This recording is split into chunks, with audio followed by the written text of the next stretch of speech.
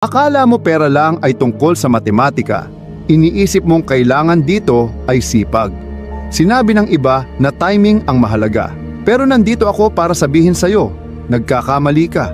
Ang tunay na sikreto ay alignment, vibration. Ang tahimik na puwersang nakapaligid sa'yo, yan ang tinatawag kong aura mo. Hindi mo naaakit ang bagay na hinahabol mo. Ang naaakit mo ay ang ikaw mismo. Ang aura mo ang iyong broadcast signal. Yan ang frequency na iniilalabas mo nang di mo namamalayan, tuloy-tuloy at walang pakundangan. Bago ka pa magsalita, nagsasalita na ito para sa'yo. Bago ka pumasok sa isang kwarto, nauuna na ito. Bago mo i-pitch ang isang ideya, maglunsad ng produkto o humingi ng taas ng sweldo, nakipag-negotiate na ang aura mo sa resulta. Kaya, kung mahirap ka sa loob, kung puno ka ng duda, kung puro kakapusan ang laman ng self-talk mo, kahit gaano kalaki ang pangarap mo, susuntok ka sa sarili mong tagumpay sa bawat liko. Ganito ang batas ng resonance at walang tawad dito. Bawat iniisip mong thought, may signal na nilalabas. Bawat emosyon, nagiging pattern. Bawat paniniwala, nagiging magnetic na agos. Pwedeng humila ng kasaganahan papalapit o itaboy ito palayo. Isa ka lang sa dalawa, magneto o panangga. At dito madalas pumalya ang mga tao. Nagpapa-impress sila ng confidence. Peke ang ngiti. Paulit-ulit na affirmation na di naman nila talaga pinaniniwalaan. Umaasta na kunwari sigurado pero nanginginig naman sa loob. Ang universe nababasa ang totoong signal mo. Hindi ang salita, hindi ang pangarap, kundi ang enerhiya mo. Kaya tanungin mo sarili mo, ano bang ipinapadala mong signal? Dahil ang aura mo, hindi marunong magsinungaling. Totoo ang pinapakita niyan. Kung lagi kang balisa sa pera, ang message mo ay, ako'y kulang. Kung naiinggit ka sa ibang mayaman, ang message ay, hindi sapat para sa akin. Kung tinatanggihan mong maningil ng tama, nahihiya ka sa presyo mo, o may guilt sa kada tagumpay, ang message ay, hindi ko pinaniniwalaan ang halaga ko. At yon ang nagiging limitasyon mo.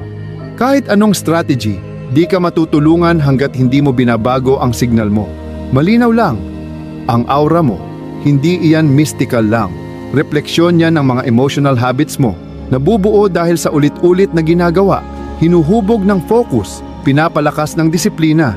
Sinasanay mo ang aura mo. Sa bawat iniisip, bawat pinaniniwalaan, bawat salitang binibitawan, lahat ng iyon nagiging bahagi ng field na pumapaligid sa'yo. At yang field na yan, doon nakikinig ang pera. Kaya kung gusto mong makaakit ng yaman, tigilan ang pag-impress sa mundo. I-impress mo ang subconscious mo. I-train mo ang nervous system mo na maging komportable sa kasaganaan. Dahil kapag tinatanggihan ito ng katawan mo, kusa mong kukontrahin ang bawat breakthrough. Isang bagay na radikal pero totoo. Ang yaman, hindi nagsisimula sa wallet mo. Nagsisimula ito sa imahinasyon mo. Kaya mo bang damhin ang overflow kahit wala kang pruweba? Kaya mo bang lumakad na parang malaya ka na, kahit di pa nakikita ng mundo? Karamihan hindi kaya, dahil addict sila sa validation ng labas. Kailangang may pruweba bago maniwala. Pero ang tunay na mayaman, naniniwala muna. Paulit-ulit nilang iniisip ang tagumpay hanggang maging normal. Binubuo muna sa isip bago lumabas sa realidad. Yan ang sikreto ng energy mastery. Ganyan mo sinasanay ang aura mo para makaakit ng yaman. Paano magsisimula? Una, bawiin mo ang pagbuo ng iyong sarili. Kalimutan mo ang kwentong sinulat ng mahirap na magulang, siguristang guro, duwag na kaibigan, at lipunang niluluwalhati ang pagdurusa. Hindi ka ipinanganak na mahirap. Tinuruan ka lang mag-isip na mahirap. Tinakot ka sa yaman, na ito daw ay kasalanan, kasakiman o katiwalian. Hanggat may tira ka pang paniniwala na ganyan, tinataboy mo yaman mismo. Walang loyalty ang pera. Dumadaloy ito sa pinakabukas sa kanya. Kung puno ng hiya ang aura mo, lalayo ito. Kung puno ng expectation at kasaganaan, hinahabol ka nito. Uulitin ko ang tanong, ano ba ang ipinapadala mong signal? Hindi ka pwedeng mamuhay ng hindi mulat. Kada buntong hininga, kada reklamo, kada sandali ng awa sa sarili, sinasanay mong magsettle sa kakulangan ang aura mo. Pero bawat pasasalamat, Bawat minutong ginugugol sa pag-visualize sa financial destiny mo, bawat lakas ng loob na sabihing, deserve ko pa. Iyan ang nagre-reset ng frequency mo. Walang shortcut, walang exception. Trabaho ito, pero sagradong trabaho ito. Isa pa, hindi lang sapat isipin mong mayaman ka. Dapat maramdaman mo ring mayaman ka. Yaman, hindi lang yan bilang sa bangko. Signature yan ng emosyon. Pakiramdam ng seguridad, pakiramdam ng kalayaan, pakiramdam ng kaluwagan. Hanggat hindi natututunan ng katawan mong madama ito ngayon pa lang, babalewalain mo rin ang yaman pag andyan na. Kaya nga maraming lotto winner, nauubos din. Hindi tumugma yung vibration nila sa pera. Aura nila takot pa rin, magulo, limitado. Kaya umalis din ang pera dahil energy ay gusto ng alignment. Tanungin mo sarili mo, paano ko mapapractice ang damdamin ng yaman ngayon? Kahit zero pa sweldo mo, kaya mo bang maglakad ng taas noo? Kaya mo bang magsalita ng buong tapang? Kaya mo bang kumilos na parang alam mo ang halaga mo? Walang paghingi ng tawad? Yan ang training sa yaman. Yan ang training ng aura. Hukayin pa natin. Iwasan mo ang tao, ugali, at lugar na sumisipsip sa lakas ng signal mo. Hindi mo kayang sanayin ang magnetic aura habang kumakain ka kasama ang mga reklamador. Di pwedeng magpalakas ng confidence habang nakikinig ng chismis. Di mo mapapagana ang isip milyonaryo habang pinapanood ang content na puro kakapusan. Ang kinokonsumo mo, siya mong pinalalabas. Kaya bantayan mo field mo, magbasa ng tungkol sa yaman, magsalita ng yaman, damhin ang yaman, at palibutan ang sarili ng mga taong hinahamon kang umangat. Hindi yung hinahila ka pababa. Ito ang totoo na ayaw marinig ng iba. Minsan ang tanging namamagitan sa yaman na gusto mo at sa sarili mo ay ang lumang bersyon mo na ayaw bumitaw. Yung bersyon na ayaw magpakatotoo. Yung palaging nagdududa. Yung mas gustong magustuhan kaysa maging malayang tao. Mahina yang signal, nagmamakaawa yan. Tinataboy ang oportunidad dahil di kayang hawakan ang responsibilidad. Dapat mo yang iwanan, hindi bukas, hindi pag okay na, kundi ngayon. Ang sandaling tumigil kang magsorry dahil malakas ka. Ang sandaling tumigil kang maliitin ang sarili. Ang sandaling pinasya mong iwasan ang kakapusan, chismis at drama. Yun ang sandaling di na maikakaila ang aura mo. Papasok ka sa kwarto, mararamdaman nila. Magsalita ka, pakikinggan ka. Humingi ka, magbubukas ang pinto. Hindi dahil sa swerte, kundi dahil sinanay mo ang field mo. Ang aura mo, hindi yan nakapako. Napapalitan yan. Humuhubog sa bawat isip, salita, kilos mo. Lahat ng panahon sinasanay mo siya. Sadyain mo. Sabihin mo araw-araw, ako ang yaman na gumagalaw. Aligned ako sa kasaganaan. Hindi ako naghahabol. Ako ang ina-attract. Nilalabanan ko ang guilt at niyayakap ko ang paglago. Hindi mo ito sinasabi para mapahanga ang iba, kundi para baguhin ang sarili mo. At pinakahuli, magtiwala ka dito. Habang mas ine-embody mo ang yaman, mas hindi mo na kailangang magpatunay. Hindi mo kailangan isigaw ang tagumpay. Hindi mo kailangang ipakita ang halaga mo sa lahat. Aura mo na ang kikilos para sa iyo. Sanayin mo, palakasin mo, respetuhin mo, at tutugon ang yaman. Tandaan, hindi nakukuha ang yaman sa paghihirap lang. Kung oo, sana ang pinakamahirap magtrabaho, silang pinakamayaman. Pero hindi. Dapat kang magising sa totoo. Hindi pawis lang ang susi. Alignment ang tunay na susi.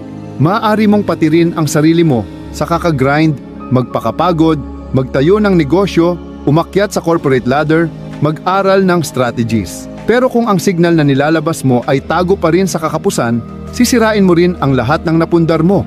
Aakit ka ng pagtaksil, pagkaantala, miscommunication, at mga napalampas na oportunidad. Bakit? Dahil hindi nagsisinungaling ang aura mo. At baka sabihin mo, pero Napoleon, nag-iisip ako ng positibo. Iniisip ko na ang tagumpay. Inuulit ko ang mga affirmation. Pero tatanungin kita, nararamdaman mo ba talaga yon? Kita mo, dito karamihan pumapalpak. Sinasabi nila na mayaman sila, pero bulong ng sistema nila ay kakulangan. Nagcha-chant sila ng tagumpay umaga pa lang, pero sa hapon nag-aalala na sa mga bayarin. Nagmi-meditate ng 10 minuto, pero sa natitirang oras ng araw, naglalabas sila ng takot, selos, guilt at kakulangan. Hindi yon alignment. Kalituhan yon. At hindi ginagantimpalaan ng universo ang kalituhan. Ginagantimpalaan nito ang linaw. Kaya linawin natin, ang aura mo ay ang emosyonal mong default.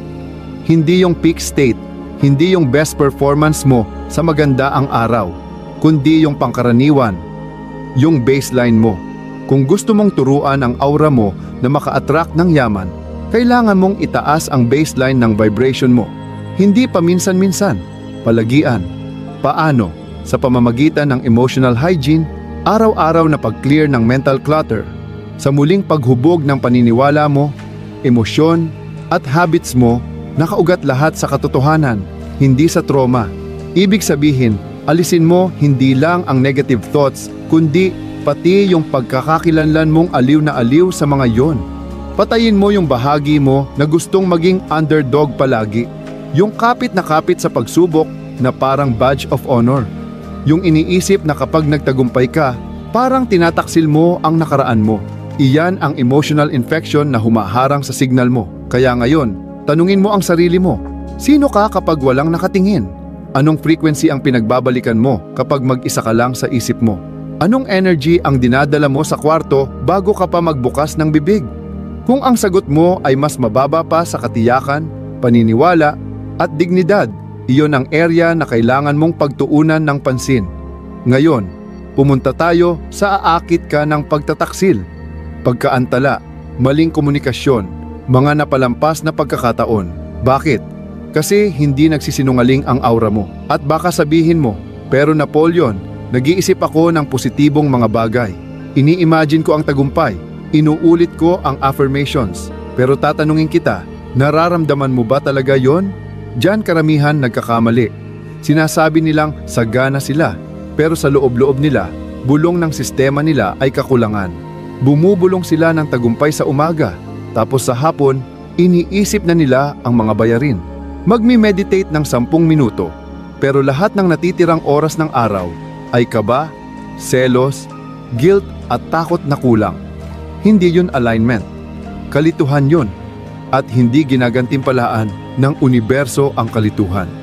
Ang ginagantimpalaan ay kalinawan.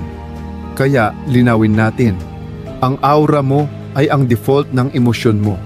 Hindi yung peak state, hindi yung performance mo sa magandang araw, kundi yung pangkaraniwan, yung baseline mo. Kung gusto mong turuan ang aura mo na maka-attract ng yaman, kailangang itaas mo ang baseline ng vibration mo. Hindi paminsan-minsan, kundi palagian. Paano mo yun magagawa? Sa pamamagitan ng emotional hygiene, araw-araw na paglinis ng mental clutter, sa pagre-rewire ng mga paniniwala mo, emosyon at habits, para ang ugat ng lahat ay katotohanan, hindi trauma. Ibig sabihin, alisin mo hindi lang mga negative thoughts, kundi pati yung pagkakakilanlan mong adik sa mga yon. Patayin mo yung parte mo na gustong palaging underdog. Yung parte na kapit sa struggle na parang badge of honor. Yung parte na tingin ay kapag naging successful ka, parang pagtataksil yon sa nakaraan mo. Yan ang emotional infection na humaharang sa signal mo. Kaya ngayong araw, tanungin mo sarili mo, sino ako kapag walang nakakakita? Anong frequency ang binabalik-balikan ko kapag mag-isa ako sa mga isip ko? Anong energy ang dala ko sa kwarto bago pa ako magsalita? Kung ang sagot mo ay mas mababa sa certainty, paniniwala at dignidad, yan ang area na kailangan mong pagtutukan. Ngayon, punta tayo sa isang foundational na prinsipyo. Sobrang simple, pero madalas nakakaligtaan. Hindi mo natatanggap kung ano ang gusto mo. Natatanggap mo kung ano ang pinaniniwalaan mo. Mahina ang wanting, malakas ang belief. Ang taong gusto ng tagumpay ay nakabaon pa rin sa kakulangan. Pero ang taong naniniwala sa tagumpay niya, nag-vibrate parang tapos na. At yun ang makikita sa aura niya. May dalang tono ng hindi mapipigilan. Doon nagsisimulang lumapit at magbago ang trato sa iyo ng tao. Sasabihin nilang iba ka na ngayon, may bumago daw sa iyo. Hindi daw nila maipaliwanag, pero tiwala sila. At hindi man nila alam kung bakit, alam mo kung bakit. Kasi Tinrain mo na ang aura mo para humingi ng respeto. Matagal bago sumulpot ang resulta. Tinanggap mo ito sa loob mo bago pa pinatunayan ng mundo sa labas. At yan ang ultimate hack. Yan ang invisible edge. Ngayon, bibigyan kita ng isang praktikal na batas para magamit mo kasi ang filosofiya na walang aplikasyon ay kahirapan na nakatago. Ito ang batas. Ang environment ay amplifier. Anumang vibrasyon ang dala mo, papalalain yan ng environment mo. Kung nagdududa ka sa sarili at napapalibutan ng mga reklamador, tsismoso at kritiko, lalala ang self-doubt mo. Pero kung binabago mo na ang aura mo para sa confidence, tapos napapalibutan ka ng mga taong nagsasalita ng buhay, lakas ng loob, at may paninindigan, lalakas ng 10 beses ang signal mo. Kaya i-train mo ang aura mo sa pag-curate ng paligid mo. Baguhin mo ang espasyo mo, baguhin ang kasama mo, baguhin ang input mo. Kung puro anxiety ang kinokonsumo mo buong araw, anxiety ang vibration mo. Kung lubog ka sa tagumpay, tagumpay ang iraradiate mo. Gawing sanctuary ng excellence ang kwarto mo. Punuin mo ng mga libro, simbolo at visual na nagpapatibay sa future mo, hindi sa takot mo. Protektahan mo ang tenga mo sa negativity. Bantayan mo ang umaga mo sa distraction. Ang gabi mo, i-claim mo mula sa emotional drama. Kasi bawat sandali, tinitrain mo ang field mo at ang field mo ang nagtitrain ng resulta mo. Lagi kang may transmission. Tanong, sinasadya mo ba ang pinapadala mo? Tuloy natin. May dahilan kung bakit may ilan na magnet ng yaman na parang effortless. Hindi yan swerte, hindi yan inheritance, hindi yan aksidente. Yan ay energetic congruence. Sinasabi nila kung ano ang pinaniniwalaan nila. Kumilos sila ayon sa nararamdaman nila. Galaw parang tapos na lahat. Yung level na yan ng congruence. Lumilikha ng kapangyarihan, ng tapang, ng tiwala. Ramdam ito ng iba at gusto nilang maki-align. Gusto ka nilang suportahan, bilhan, paglaanan. Hindi dahil sa sinabi mo, kundi paano mo sila pinaramdam. Yan ang intelligence ng aura. Hindi nag-i-invest ang mga tao sa plano. Nag-i-invest sila sa tiwala. Hindi sila bumibili ng logic. Bumibili sila ng energy. Kaya tigilan mo ang pagperpekto ng pitch mo. Perpektuhin mo ang presence mo. Tigilan mo pangongopya ng strategy ng iba. Kopyahin mo ang certainty nila. Kopyahin mo kung gaano sila committed sa energy nila. Dahil yan ang tunay na blueprint. Yan ang hindi binabanggit na advantage. Ngayon, laliman pa natin. Ang aura mo ay refleksyon ng relasyon mo sa sarili mo. Kung giyera ka sa sarili mo, magiging giyera ka rin sa pera. Kung hinuhusgahan mo ang ambisyon mo, sisirain mo lagi ang progreso mo. Kung kino-question mo ang sarili mong worth, uulit-ulitin ng mundo ang pagdududa na yon. Kaya magsimula ka sa loob, reparent yourself. Isulat muli ang rules kung anong pwedeng gusto mo. Bigyan mo ng permiso ang sarili mo na maging makapangyarihan, walang sorry. Turuan mo ang sistema ng katawan mo na ang expansion ay ligtas. Na ang tagumpay ay natural mong estado, hindi exception. Kasi hanggat hindi mo pinaniniwalaan na karapat-dapat ka sa yaman, ikaw mismo ang humaharang nito. Pwede kang kumayod buong araw, mag-network, magbenta, gumawa ng content, pero kung ang vibration sa likod ng lahat ng yan ay di hindi ako deserving, magiging refleksyon ng takot mo ang resulta mo, hindi effort mo. Hindi ginagantimpalaan ng universo ang kilos lang. Ginagantimpalaan nito ang aligned action. Kaya heto ang tool na tinuro ko na sa marami na feeling stuck at binago talaga ang buhay nila. Tuwing umaga, bago pumasok ang ingay ng mundo, bago tumunog ang telepono, bago ang mga headline, bago pinapangunahan ng pagmamadali, umupo ka muna. 5 minuto lang, pumikit ka, huminga ng malalim 3 beses, tapos imaginein mo ang aura mo na gumaganda, lumalakas at lumalawak sa paligid mo. Ngayon, kausapin mo yon. I-command mo. Sabihin mo, ako ay magnet ng kasaganaan. Sabihin mo, yaman ang presence ko. Sabihin mo, safe sa akin ang pera. Dumadaloy sa akin ang tagumpay. Aligned ako sa expansion, damhin mo ang mga salitang yan na parang totoo, hindi pantasya. I-practice mo ang pakiramdam na yan hanggang paniwalaan ng katawan mo. Gawin mo to araw-araw, 21 araw, at mararamdaman mo nang dumarating na lang ang mga opportunity. Kahit hindi mo pilitin, yung tao biglang interesado makipag-usap. Yung pera papasok sa mga paraang di mo inaasahan. Dahil ang aura mo hindi na tinataboy ito, Tinatanggap na niya. Sinasabi niya, handa na tong tao na to. At dito nagsisimula ang shift.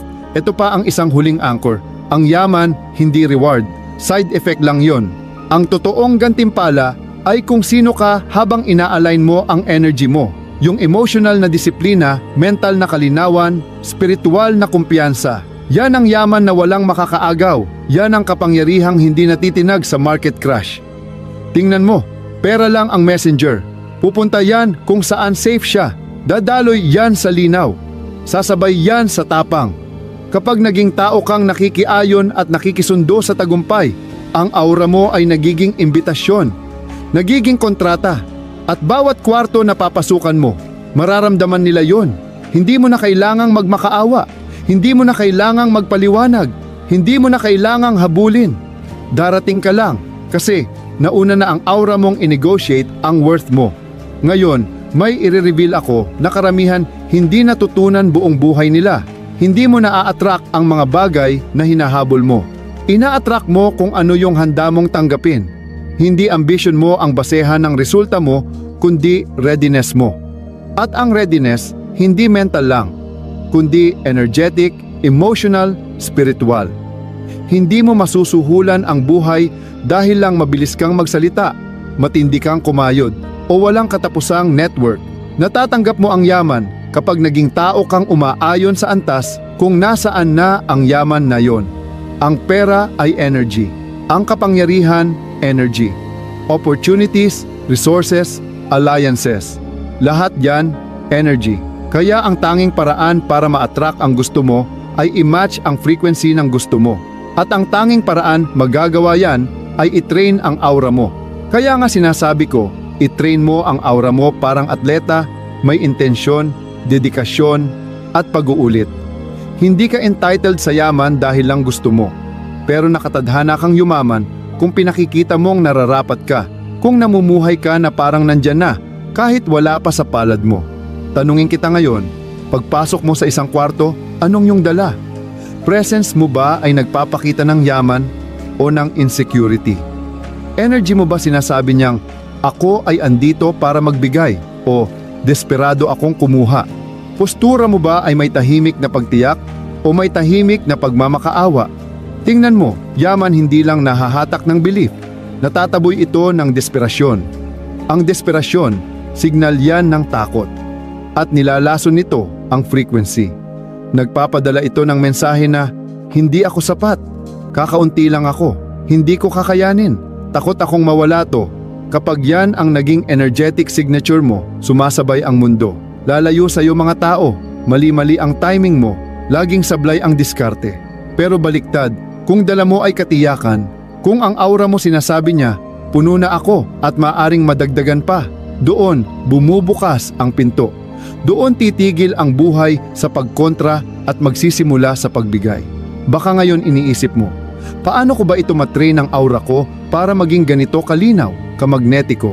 Ibibigay ko ang method. Emotional calibration ang tawag ko dito. 3 makapangyarihang ritual, inuulit araw-araw. Una, emotional audit. Tuwing umaga, tanungin mo ang sarili mo, ano ang nararamdaman ko? At nakakatulong ba yan sa taong gusto kong maging? Kung hindi, baguhin mo iyon.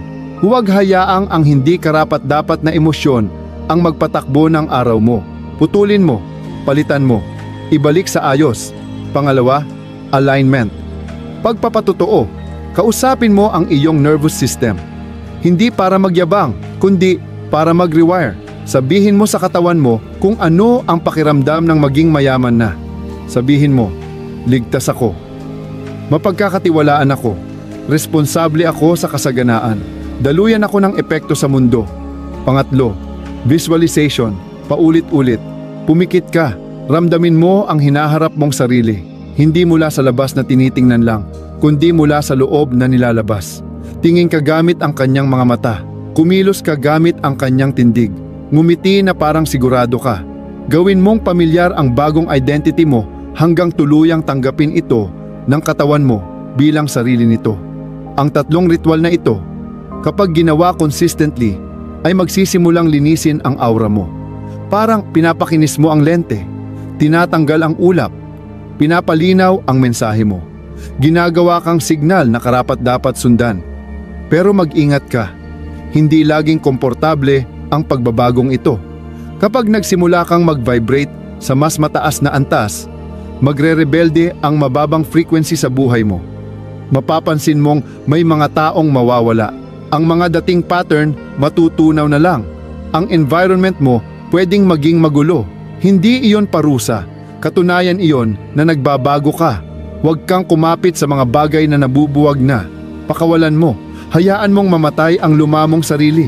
Dahil hindi lalaki ang bagong ikaw sa balat ng dati mong sarili.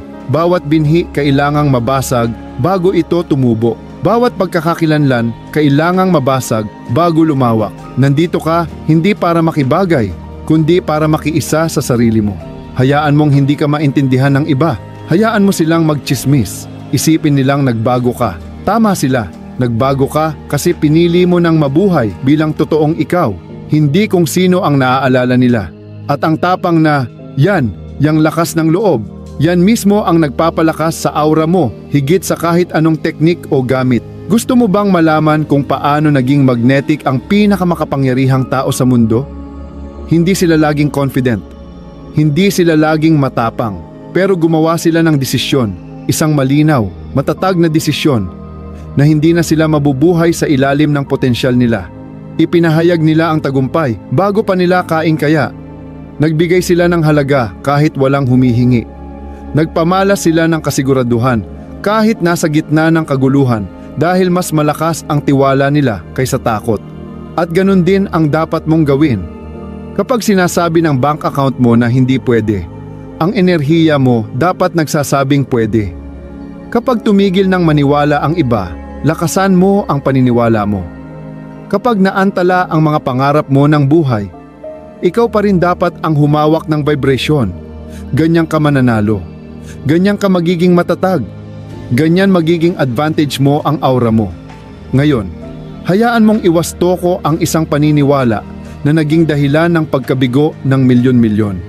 Yung kasinungalingang kailangan mo ng ebidensya para maging confident. Hindi totoo yon. Ang confidence ay nanggagaling sa desisyon. Kung lagi kang maghihintay na ready ka bago ka kumilos, hindi ka kikilos. Kung maghihintay kang tanggapin bago magsalita, hindi ka magsasalita. Kung gusto mong piliin ka muna bago manganlong, mamumuhay kang laging nag-aalangang sumugal. Kaya dapat magdesisyon ka ngayon. Sapat na ako. Handa na ako. Ako na yon. Hindi sa ibang araw, hindi pag okay na ang lahat, hindi pag may permiso na. Ang deklarasyon na yon, yung hilaw at matapang na desisyon na yon, iyan ang binhi ng mastery ng aura. Doon magsisimula ang lahat ng alignment. Iba na ang dating mo, mas makapangyarihan ka ng magsalita. Hindi ka na naghahanap, nagsignal ka at ang mundo ay tumutugon. Hindi dahil may hawak kang isang bagay, kundi dahil ikaw ang bagay na yon. Bibigyan pa kita ng isa pang pamamaraan bago natin tapusin ang segment na ito. Isa sa mga paborito ko, tinatawag kong energetic pre-play. Ganito ang gagawin. Bago ang anumang importanteng meeting, pag-uusap, desisyon o performance, umupo ka, pumikit, huminga ng malalim, at isipin mo na mas maganda ang kinalabasan kesa inaasahan mo. Ramdamin mo ang palakpak, ramdamin ang ginhawa, ang pag-confirm. Tapos, ito ang mahalaga. Ramdamin mo, sino ka doon sa moment na yon? Ano iniisip mo? Paano ka gumagalaw? Ano ang nilalabas mo? Kunin mo yung emosyonal na blueprint na yan at dalhin mo siya sa tunay na sitwasyon. Hindi ito ilusyon, ito ay quantum rehearsal. Aura training ito. Kasi kapag naniwala ang katawan mong nangyari na, nawawala ang takot. Natutunaw ang resistance. Naiiwasan ang self-sabotage. Hindi ka na lang basta nagtatangkang manalo. Panalo ka na agad. And yan ang pinakamalakas na frequency sa universe. Ito ang challenge mo sa susunod na 30 araw. Gawin mo to. Suriin mo lagi ang emosyon mo. Ipagpatotoo mo ang alignment mo. Isipin mo lagi ang hinaharap mong sarili. Pre-play mo lahat ng high stakes na sandali. At higit sa lahat, mabuhay ka ayon sa aura ng taong gusto mong maging. Hayaan mong subukan ka nilang intindihin. Tsismisan ka nila, magduda sila. Hindi ka na maghihintay dahil aura mo na ang gumagawa ng trabaho. Hindi na kailangan ng salita. Papasok ka ng kwarto na parang may dala kang hindi nakikitang lakas. Mararamdaman mong bumabagay ang buhay para salubungin ka. Makikita mo ang synchronicity, bilis, tagumpay. Hindi dahil swerte ka, kundi dahil aligned ka na. Hindi ka isang namamalimos. Hindi ka nandito para mag-convince. Isa kang channel para sa kasaganaan, match ka ng milagro, daluyan ka ng kapangyarihan. Sanayin mo ang aura mo hanggang alam niya ang katotohanan na yon, higit pa sa duda mo. At kapag nangyari yon, hindi ka na maghahabol. Ikaw ang hihilahin, ikaw ang mang-uutos, ikaw ang magiging ikaw. Ngayon, makinig kang mabuti dahil dito lahat tumutugma. Matagal ka nang nagsasanay. Binabago mo na ang paniniwala mo. Lagi mo nang nilalarawan ang hinaharap mong sarili at nagsasalita gamit ang wika ng tagumpay. Pero walang halaga lahat ng iyon kung hindi mo ito isa sa buhay. Hindi mo mahihila ang kayamanan sa buhay mo sa kakasalita lang tungkol sa pangarap mo. Nahihila mo lang ang kayamanan kapag naging buhay na larawan ng paniniwala ka na kapag ginawang magnet ang aura mo, sobrang lakas, sobrang pino, sobrang precise, na hindi na makakatanggi ang gusto mo. Hindi pa rin ito naiintindihan ng karamihan. Sinasabi nila, paano ako magkakapera? Ako ang nagtatanong, ano bang ginagawa ng aura mo para itaboy yon? Sabi nila, paano makakahanap ng mas magagandang oportunidad? Ako, tinaasan mo na ba ang energetic signature mo para tumapat sa kalidad ng opportunity na yon? Kasi ang universe, eksakto yan. Hindi niya binibigay ang gusto mo, binibigay niya kung ano ka akma. Kaya hindi ito tungkol sa mas marami kang ginagawa, kundi kung paano ka maging mas higit. Isipin mo ang aura mo parang tahimik na billboard. Saan ka man pumunta, pinapasa mo frequency mo. At yung mga tao, event, at resulta na sakto sa iyang frequency, nandyan na sila. Naglalakbay, naghahanap, naninimbang. Kapag nakita ka nila, anong binobroadcast mo? Nakikita ba sa billboard mo ang confidence o kalituhan? Sinasabi ba ng aura mo na handa na ako o na sana tulungan mo ako? Tumatayo ka ba para sa isang bagay o nakikisama ka lang sa lahat? Hindi mo mahihila ang premium na resulta gamit ang identity na mura lang. Kaya pag-usapan natin ang identity, hindi yung pangalan na ibinigay sa'yo, pero yung kapangyarihang kinikilala mo. Identity, hindi ito kung sino ka noon. Ito yung pinipili mong maging ngayon at paulit-ulit hanggang maniwala ang mundo kasi naniwala ka na muna sa sarili mo. Dapat maging uri kang tao na pag pumasok ka, nalulutas ang problema, hindi dahil sa dahas o manipulasyon, kundi dahil sa linaw, kasiguruhan at paninindigan. Kapag sinabi ng aura mo, ako ang sagot, may mga taong lalapit dala-dala ang tanong nila para sa iyo. Kapag sabi ng energy mo, ginawa ko ang trabaho, bubuksan ng pagkakataon ang pinto kahit hindi ka pa kumakatok. Hindi ito kayabangan. Totoong pagmamay-ari ito. Hindi ka nagkukunwari. Hindi ka nagpapanggap. Inaalaala mo lang kung ano ang matagal ng totoo. Wala nang puwang para sa pagdududa sa sarili sa bahay ng tagumpay. Kung pinapanood ka ng future self mo ngayon, magiging proud ba siya sa'yo? Makikilala ka pa ba niya? O magtataka siya kung nasaan na ang dating apoy? Yung apoy na yon, nandyan pa rin sa loob mo. Pero ang apoy na walang direksyon, sinusunog ang lahat. Ang apoy na may layunin, bumubuo ng mga imperyo. Kaya itali mo yon. At heto, ibabahagi ko sa iyo ang 4 na elemento ng mayamang aura, ang pundasyon ng magnetic na buhay. Una, katiyakan. Kahit ano pa ang nangyayari sa paligid mo, magsalita at kumilos ng may layunin. Mas malakas ang katiyakan kaysa ingay. Mas pinagkakatiwalaan ng tao ang may tiwala sa sarili nila. Pangalawa, kalmado. Hindi ka makapagpapalaganap ng kasaganaan kung magulo ang enerhiya mo. Sanayin ang emosyonal na katahimikan. Huwag basta-bastang mag-react, mag-respond ka. Huwag kang magmakaawa, akitin mo. Pangatlo, pagkakatugma. Dapat magkaisa ang isip, salita at gawa mo. Hindi ka pwedeng magpahayag ng kayamanan pero namumuhay sa kakulangan. Hindi mo pwedeng i-visualize ang tagumpay tapos iniiwasan mong magdisiplina. Hindi optional ang alignment. Yan ang susi. Pang-4, kontribusyon. Gusto mong yumaman? Maging mahalaga ka. Magbigay ng hindi nagbibilang. Lutasin mong tunay ang mga problema. Lumabas ka para maglingkod, hindi lang para magtagumpay. Ganito mo matatanggap ang tamang gantimpala. Ang apat na puwersang ito, katiyakan, kalmado, pagkakatugma at kontribusyon, sila ang enerhiyang gulugod ng bawat makapangyarihang taong hinahangaan mo. Hindi sila swerte lang, naka-align sila at pwede ka rin maging ganun. Pero may isa pang katotohanan kailangan kong sabihin sa'yo. At baka ito ang pinakamahalaga. Hindi lumalago ang aura mo kapag madali ang lahat. Lumalago ang aura mo kapag nagpapatuloy ka kahit mahirap. Kapag nagsasabi kang, naniniwala ako kahit nanginginig ka. Kapag namumuno ka kahit hindi mo pa alam lahat.